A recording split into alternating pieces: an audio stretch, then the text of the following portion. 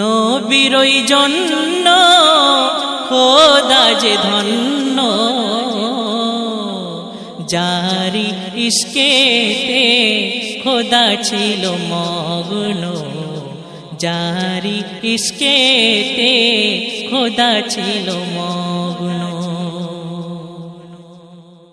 নূর তাজাল্লিতে করিলে সৃজন, আসমান জমিন দুনিয়া তামাম, মায়ায় জড়ানো সৃষ্টি সবই, যার ওসিলায় কত সুমহান।